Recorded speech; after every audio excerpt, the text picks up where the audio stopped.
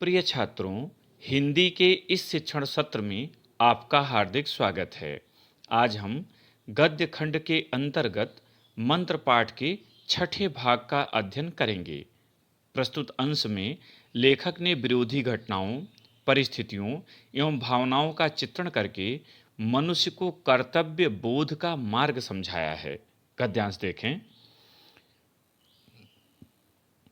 बुढ़िया ने कहा, तमाकू अंगीठी के पास रखी है, उसके भी आज 2.5 पैसे हो गए, देती ही न थी।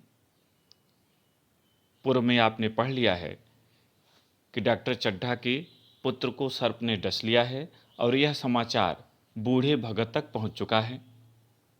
बूढ़ा भगत अपने छोटे से घर में है। बुढ़िया से वह तमाकू पीने के लिए मांगता है। वह कहती है कि अंगीठी के पास रखी है, ले लीजिए।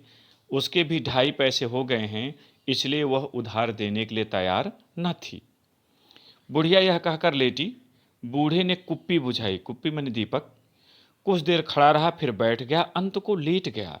पर यह खबर, यह समाचार उसके हृदय पर बोझ की भांत रखी हुई थी। उसे मालूम हो रहा था उसकी कोई चीज़ खो गई है, जैसे सारे कपड़े गीले हो गए हैं या पैरों में कीचड़ लगा हुआ है, जैसे उसके मन में कोई बैठा हुआ उसे घर से निकलने के लिए कुरेद रहा है। बुढ़िया जरा देर में खराटे लेने लगी। खराटे लेना, गहरी नींद में सोना। बूढ़े बातें करते करते सोते हैं और जरा सा खटका होते ही, शोरगुल होते ही जागते हैं। तब भगत उठा, अपनी लकड़ी उठा ली और धीरे से किवाड़ खोले। लेखक कहता है कि बुढ़िया इतना कहकर लेट गई। बूढ़े भगत ने दीपक बुझाया, कुछ देर खड़ा रहा, फिर बैठ गया, अंत में लेट गया।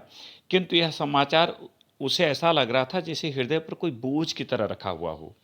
उसे लग रहा था कि कोई चीज़ खो गई है, सारे कपड़े गीले हो गए हैं, पैरों में कीचड़ लगा है, मैं बिस्तर में लेट नहीं सकता। उसके मन में कोई बैठकर उसे बाहर निकलने के लिए बाध्य कर रहा है, कुरेद रहा है। बुढ़िया थोड़ी देर में गहरी नींद में सो गई, क्योंकि बूढ़े जल्दी सोते हैं और जरा भी शोरगुल होने पर जग जाते हैं। तब भगत उठा, अपनी लकड़ी माने लाठी को उठाया, धीरे से किवाड़ खोला। बुढ़िया ने पूछा, कहाँ जाते हो? कहीं नहीं, देखता हूँ कितनी रात है, भगत ने उत्तर दिया। बुढ़िया ने कहा, अभी बहुत रात है, सो जाओ। बूढ़े भगत ने कहा, नींद नहीं आती। बुढ़िया ने कहा, नींद काहे को आएगी, मन तो चड्ढा के घर पर लगा हुआ है। बूढ़े ने कहा, चड्ढा ने मेरे साथ कौन सी नेकी कर दी है? नेकी, भलाई, जो वहां जाऊं वह आकर पैरों पर पड़े तो भी न जाऊं। बुढ़िया, उठे तो तुम इसी इरादे से हो। इरादे, विचार। नहीं री, ऐसा पागल नहीं हूं कि जो मुझे काटे हुए उसके लिए फूल बोता फिरूं। बूढ़े ने कहा कि मैं ऐसा नहीं हूं कि जो मेरे लिए समस्याएं उत्पन्न करे, मैं उसके लिए हित के कार्य करूं। बुढ़िया फिर सो गई। भगत ने किवाड़ लगा दिया और फिर आकर बैठा। पर उसके मन की कुछ ऐसी दशा थी जो बाजे की आवाज़ कान में पड़ते ही उपदेश सुनने वाले की होती है। आंखें चाहे उपदेशक की ओर हों, पर कान बाजे ही की ओर होते हैं। दिल में भी बाजे की ध्वनि गूंजती रहती है। शर्म के मारे जगह से नहीं उठता। निर्दयी प्रतिघात का भाव भगत के लिए उपदेशक था, पर हृदय उस अभागी युवक की ओर था जो इस समय मर रहा था, जिसके लिए एक एक पल का विलंब, देर घातक था।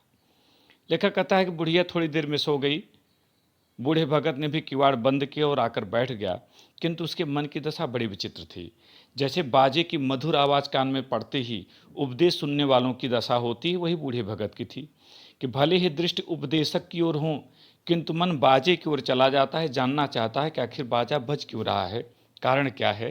हृदय में भी उसी की आवाज़ घुसती है, उपदेशक की आवाज़ नहीं घुसती।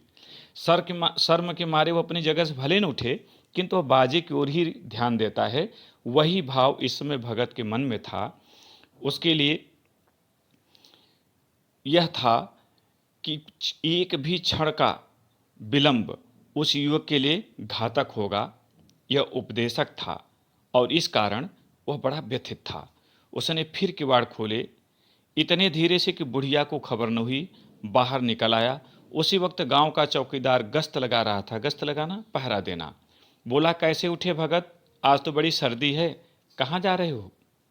भगत ने कहा, नहीं जी, जाऊंगा कहाँ, देखता था भाई कितनी रात है, भला कै बजे होंगे, कितना समय हुआ होगा।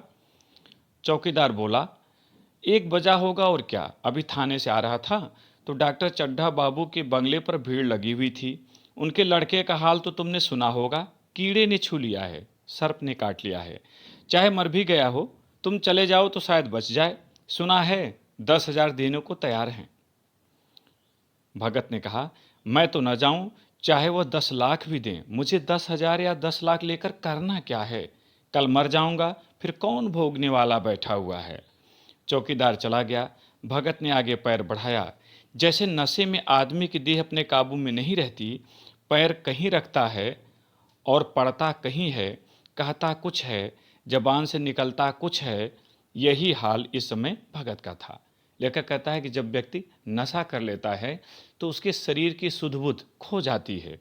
वह पैर कहीं रखता है, पड़ता कहीं है, कहता कुछ है और जबान से निकलता कुछ है, यही हाल भगत का था। मन में प्रतिकार था, पर कर्म मन के अधीन न था। जिसने कभी तलवार नहीं चलाई वह इरादा करने भी पर भी तलवार नहीं चला सकता, उसके हाथ कांपते हैं, उठते ही नहीं। लेखक कह रहा है, मन में प्रतिकार का भाव था, बदले की भावना थी, पर कर्म मन के अधीन न था। कारण यह है कि जो कभी बुरे मार्ग पर न चला हो वह चाहकर भी बुरे कर्म नहीं कर सकता। जिसने किसी की हत्या कभी न की हो वह चाहकर भी तलवार नहीं चला सकता। इरादा करने पर भी, विचार बनाने पर भी तलवार को वह उठा ही नहीं सकता, उसके हाथ कांपने लगेंगे। भगत लाठी खटखट करता लपका चला जाता था, लपका दौड़ता। चेतना रोकती थी पर उपचेतना ठेलती थी। सेवक स्वामी प्रभावित था। उसकी चेतना, उसका पहला मस्तिष्क मन उसे रोकता था कि मत जाओ, जबकि उपचेतना जो थी उसे आगे बढ़ने के लिए प्रेरित करती थी। उपचेतना सेवक और चेतना स्वामी, यहाँ स्वामी पर सेवक हावी था, उसके ऊपर वह अपना अधिकार जमाए हुए था। आधी राह निकल जाने के बाद सहसा भगत रुक गया। सहसा माने अचानक। हिंसा ने क्रिया पर विजय पाई। मैं यूं ही इतनी दूर चला आया, इस जाड़े पाले में मरने की मुझे क्या पड़ी थी, आराम से सोया क्यों नहीं, नींद न आती न सही, 2-4 भजन ही गाता, व्यर्थ इतनी दूर दौड़ाया, चड्ढा का लड़का रहे या मरे मेरी बला से। मेरे साथ उन्होंने कौन सा सलूक किया था, सलूक अच्छा व्यवहार, कि मैं उनके लिए मरूं।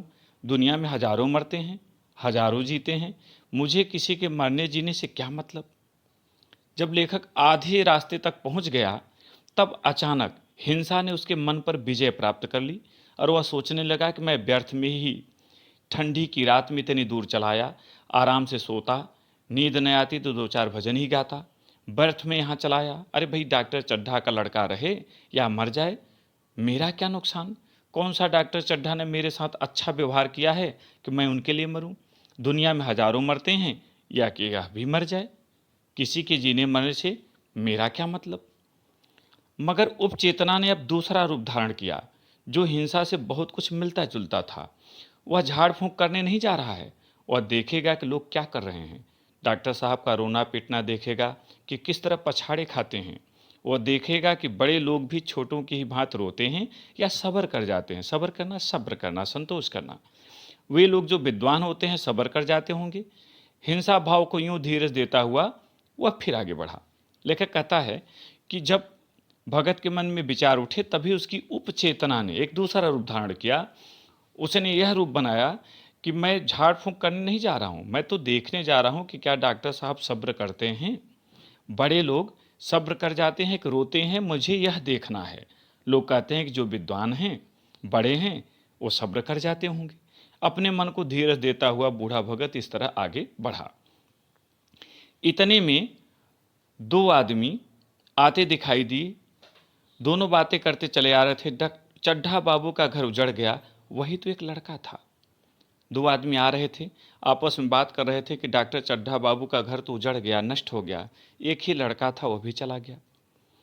भगत के कान में आवाज़ पड़ी, उसकी चाल और भी तेज हो गई। थकान के मारे पांव न उठते थे। सिर का भाग इतना बढ़ा जाता था मानो अब मुंह के बल गिर पड़ेगा। इस तरह कोई 10 मिनट चला होगा कि डॉक्टर साहब का बंगला नजर आया। बिजली की बत्तियां जल रही थी, मगर सन्नाटा छाया हुआ था, शांति छाई हुई थी। रोटने पीटने की आवाज़ भी न आती थी। भगत का कलेजा धक धक करने लगा। कहीं मुझे बहुत देर तो नहीं हो गई। दौड़ने लगा। अपनी उम्र में वो इतना तेज कभी न दौड़ा था। बस यही मालूम होता था मानो उसके पीछे मौत दौड़ी आ रही है। लेखक कहता है कि जब उन व्यक्तियों की बात को भगत ने सुना तो उसका हृदय धक धक करने लगा कि कहीं मुझे देर तो नहीं हो गई। वह दौड़ने लगा और इतना तेज दौड़ा जितना वह अपने जीवन में कभी नहीं दौड़ा था। डॉक्टर साहब के बंगले को देखकर, जहां बत्तियां जल रही थी, सन्नाटा छाया हुआ था, उसे और बेचैनी हुई और वह दौड़ते दौड़ते तेजी के साथ बंगले की ओर चला। ऐसे दौड़ रहा था मानो पीछे मौत आ रही हो और अगर वह थोड़ा भी रुक गया तो मौत उसे अपने आगोश में ले लेगी। आज के पाठ में यहीं तक। प्रश्न उत्तर देखें। जैसे नशे में से लेकर उठते ही नहीं, ये पैराग्राफ आपका है। पहला प्रश्न, प्रस्तुत गद्यांश के पाठ और लेखक का नाम लिखिए। उत्तर, प्रस्तुत गद्यांश के पाठ का नाम मंत्र और लेखक का नाम प्रेमचंद है। दूसरा प्रश्न, रेखांकित अंश की व्याख्या कीजिए। और रेखांकित अंश है, जिसने कभी तलवार नहीं चलाई वह इरादा करने पर भी तलवार नहीं चला सकता। उसके हाथ कांपते हैं, उठते ही नहीं।